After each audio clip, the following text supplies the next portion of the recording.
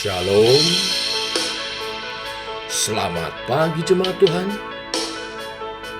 Berjumpa kembali dalam doa pagi online. Mari puji sembah Yesus Kristus Tuhan.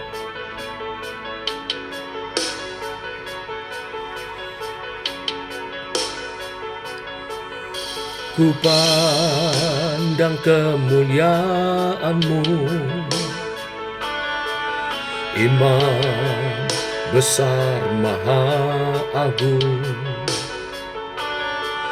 Kaulah pemilik hidupku, Yesus Kristus Tuhan.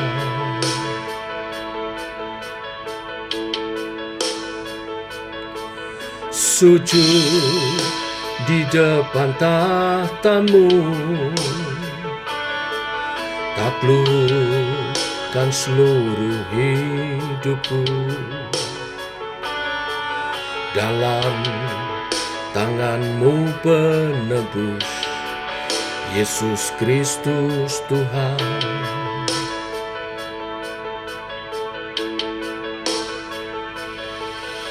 Tiada satu pun yang luput dari karya kasih-Mu yang mulia. Bagi-Mu segala pujian, hormat, kemuliaan.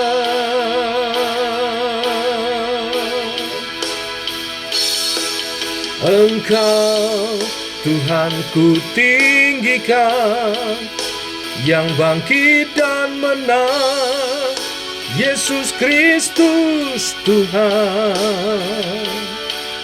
Raja mulia dan luhur, berkorban bagiku. Selamatkan jiwaku.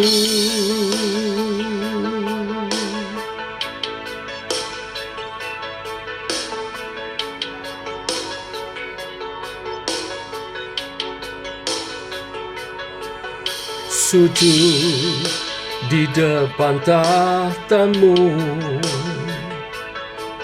taklukkan seluruh hidupku.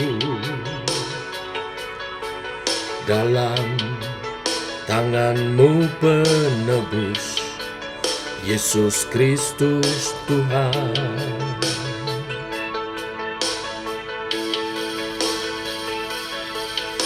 Tiada satu pun yang luput dari karya kasih-Mu yang mulia.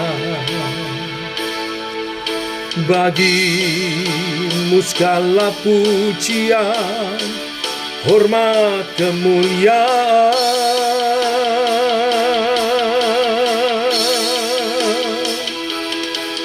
Engkau Tuhan ku tinggikan, yang bangkit dan menang, Yesus Kristus Tuhan.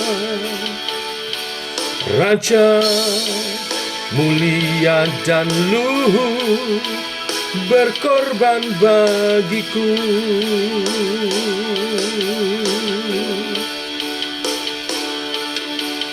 Maka jiwaku memuja, menyembah Sang Raja, Yesus Kristus Tuhan. Kekal sempurna kuasa-Mu, agunglah karya-Mu.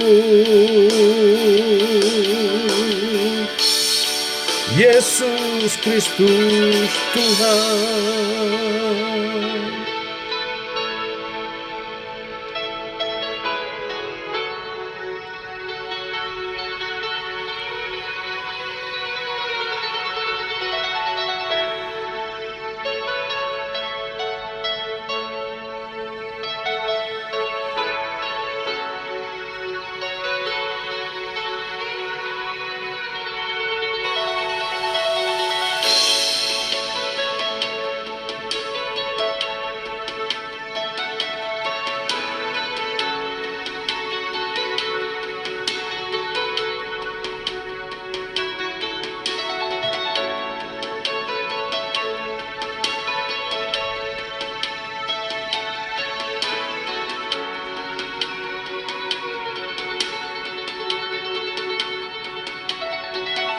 Tiada satu pun yang luput dari karya kasih-Mu yang mulia. Bagi-Mu segala pujian, hormat, kemuliaan.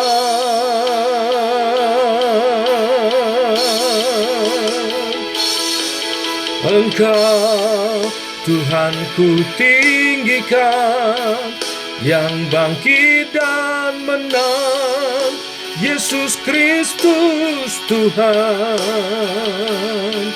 Raja mulia dan luhur, berkorban bagiku.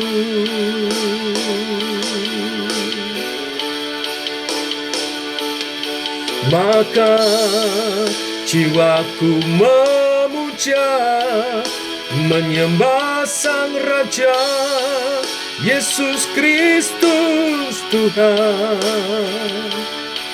Kekal sempurna kuasa-Mu, agunglah karya-Mu.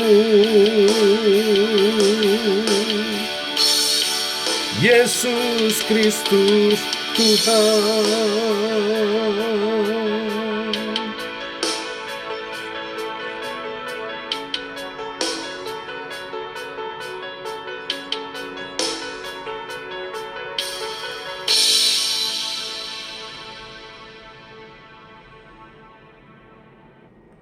Tiba waktunya untuk kami merenungkan firman-Mu. Firman-Mu lah suluh dan terang bagi jalan kami. Berfirman Tuhan, terangi jalan kami, tuntun langkah kami. Dalam nama Tuhan Yesus Kristus. Amin. Bapak Ibu, kita lanjutkan renungan firman Tuhan pada pagi hari ini. Yohanes pasal 3 ayat 1 sampai 21. Kisah percakapan Nikodemus, seorang pemimpin agama Yahudi, dengan Tuhan Yesus. Demikian firman Tuhan. Adalah seorang Farisi yang bernama Nikodemus, seorang pemimpin agama Yahudi. Ia datang pada waktu malam kepada Yesus dan berkata, "Rabi, kami tahu bahwa Engkau datang sebagai guru yang diutus Allah. Sebab tidak ada seorang pun yang dapat mengadakan tanda-tanda yang Engkau adakan itu, jika Allah tidak menyertainya." Yesus menjawab katanya, "Aku berkata kepadamu, sesungguhnya jika seorang tidak dilahirkan kembali, ia tidak dapat melihat kerajaan Allah." Kata Nikodemus kepadanya, "Bagaimanakah mungkin seorang dilahirkan kalau ia sudah tua? Dapatkah ia masuk kembali ke dalam rahim ibunya dan dilahirkan lagi?" Jawab Yesus, "Aku berkata kepadamu, sesungguhnya jika seorang tidak dilahirkan dari air dan roh, ia tidak dapat masuk ke dalam kerajaan Allah. Apa yang dilahirkan dari daging adalah daging, dan apa yang dilahirkan dari roh adalah roh. Janganlah engkau heran, karena aku berkata kepadamu, kamu harus dilahirkan kembali. Angin bertiup kemanapun ia mau, dan engkau mendengar bunyinya, tetapi engkau tidak tahu dari mana ia datang atau kemana ia pergi. Demikianlah halnya dengan tiap-tiap orang yang lahir dari roh." Nikodemus menjawab katanya, "Bagaimana mungkin hal itu terjadi?" Jawab Yesus, "Engkau adalah pengajar Israel, dan engkau tidak mengerti hal-hal itu? Aku berkata kepadamu, sesungguhnya kami berkata-kata tentang apa yang kami ketahui, dan kami bersaksi tentang apa yang kami lihat, tetapi kamu tidak menerima kesaksian kami. Kamu tidak percaya.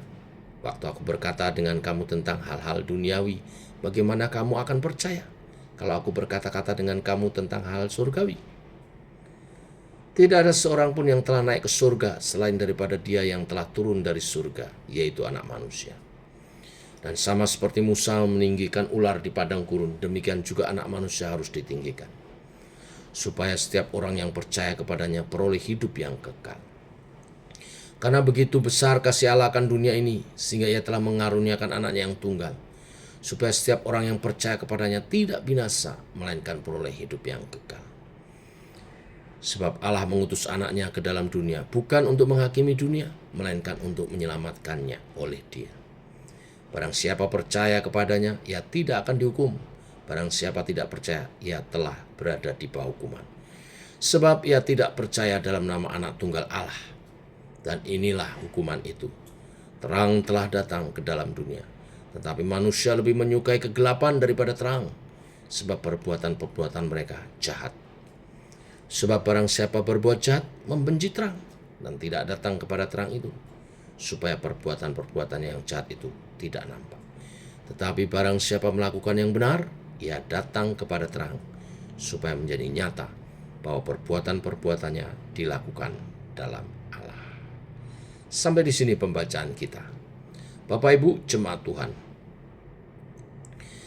banyak kisah tentang orang Farisi dicatat dalam Alkitab dengan nada negatif karena kemunafikan mereka.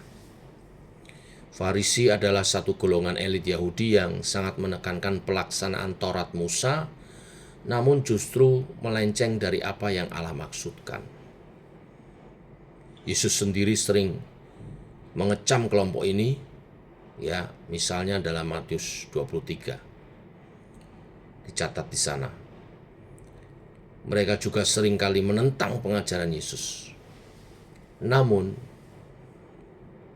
ada satu Farisi yang berbeda, yaitu Nikodemus. Nikodemus adalah satu di antara banyak orang Farisi yang berbeda. Suatu malam, ia datang menemui Yesus dan mengajukan beberapa pertanyaan setelah mengamati kehidupan dan pengajaran pelayanan Yesus yang ajaib, yang penuh dengan kuasa. Dalam percakapan itu, Yesus mengajarinya tentang pentingnya dilahirkan kembali, lahir baru. Apa itu lahir baru?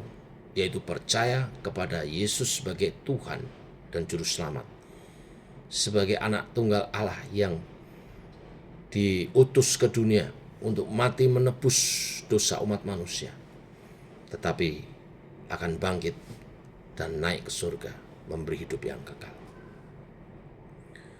Percakapan mereka dalam Yohanes 3 tidak mengkonfirmasi bagaimana reaksi Nikodemus. Namun, belakangan ketika orang-orang Farisi hendak menangkap Yesus, Nikodemus membelanya. Hal itu tercatat dalam Yohanes 7 ayat 50-51. Bahkan Nikodemus inilah yang menurunkan mayat Yesus dari kayu salib bersama Yusuf dari Arimatea, lalu mengafaninya, merempah-rempahnya, dan menguburkannya. Awalnya Nikodemus menemui Yesus pada malam hari, barangkali untuk menyembunyikan diri dari sorotan Farisi lainnya. Ia tidak mau dikenali sebagai pengagum atau murid Yesus pada mulanya. Namun kemudian ia berani menunjukkan imannya, bahkan dengan terang-terangan, sekalipun kondisinya berbahaya. Karena pasca penyaliban Kristus, banyak orang percaya ditangkapin. Ya, tetapi Nikodemus menunjukkan bahwa dia telah lahir baru. Tidak hanya dengan pengakuan, tapi nyata dalam perbuatan.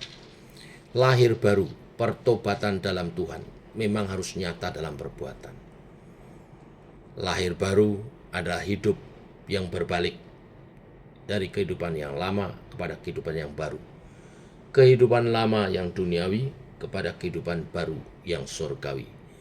Di ayat 5, Yesus mengatakan, "Aku berkata kepadamu, sesungguhnya jika seorang tidak dilahirkan dari air dan roh, ia tidak dapat masuk ke dalam kerajaan Allah." Ini berbicara tentang baptisan. Tanda seorang lahir baru adalah memberi diri dibaptis. Baptis air tanda pertobatan. Tapi lahir baru tidak cukup pertobatan saja. Bertobat, berbalik dari dosa-dosa, iya. Tetapi lahir baru dilengkapi dengan baptisan roh, di mana Roh Kudus berkarya dalam diri kita, memenuhi kita, dan berkarya, mengubah karakter-karakter kita, juga mengubah keinginan, kerinduan kita. Kerinduan dulu manusia lama kita hidup dalam keduniawian, tetapi setelah mengalami baptisan roh, kerinduan kita adalah hal-hal yang rohani. Kerinduan kita adalah hal-hal yang ingin menyenangkan hati Tuhan. Itulah tandanya orang mengalami kelahiran baru. Jadi ini karya Roh Kudus. Bertobat dan juga penuh dengan Roh Kudus. Nah, biarlah kebenaran firman hari ini meneguhkan kita hidup dalam roh sebagai manusia baru yang telah lahir baru. Kita dilahirkan dalam air dan roh, dalam pertobatan dan hidup dalam pimpinan Roh Kudus. Itu nyata dalam kehidupan, perbuatan, tutur kata, tingkah laku kita. Bukan hanya teori, tapi hidup kita betul-betul diubahkan. Pastikan setiap kita masing-masing mengalami ini, mengalami pertobatan, memberi diri dibaptis, tetapi juga mengalami kepenuhan Roh Kudus, baptisan Roh Kudus juga. Itulah tanda kelahiran baru, bertobat dan dipenuhi oleh Roh Kudus. Mari kita berdoa. Bapa, kami bersyukur untuk firman-Mu pagi hari ini, meneguhkan iman percaya kami dalam pemahaman yang benar tentang kelahiran baru. Lahir baru, lahir kembali di dalam Kristus. Diawali dengan iman percaya, menerima Yesus sebagai Tuhan dan Juru Selamat kami. Dan bertobat, berbalik arah. Dan itu terjadi ketika kami memberi diri, dibaptis, meninggalkan dosa-dosa kami. Tetapi juga dibaptis Roh Kudus, penuh dengan Roh Kudus. Bertobat dan penuh Roh Kudus, dipimpin oleh Roh Kudus sebagai orang percaya adalah tanda kami telah dilahirkan kembali. Untuk kami hidup baru di dalam Tuhan sebagai pribadi-pribadi yang penuh Roh Kudus, yang bermisi sebagai saksi-saksi Tuhan, hidup bagi kemuliaan nama-Mu. Biarlah kebenaran firman-Mu hari ini meneguhkan setiap umat-Mu untuk hidup bagi Tuhan, menyatakan pertobatannya dalam tindakan, tutur kata, sikap yang nyata, di dalam kerinduan memuliakan dan melayani Tuhan yang penuh semangat. Demikian doa kami menyertai sepanjang hari ini perjalanan daripada umat-Mu. Dalam nama Tuhan Yesus kami berdoa. Amin. Demikian saudara doa pagi kita. Sampai jumpa nanti malam dalam komsel umum. Jangan lupa ya, Tuhan memberkati. Shalom.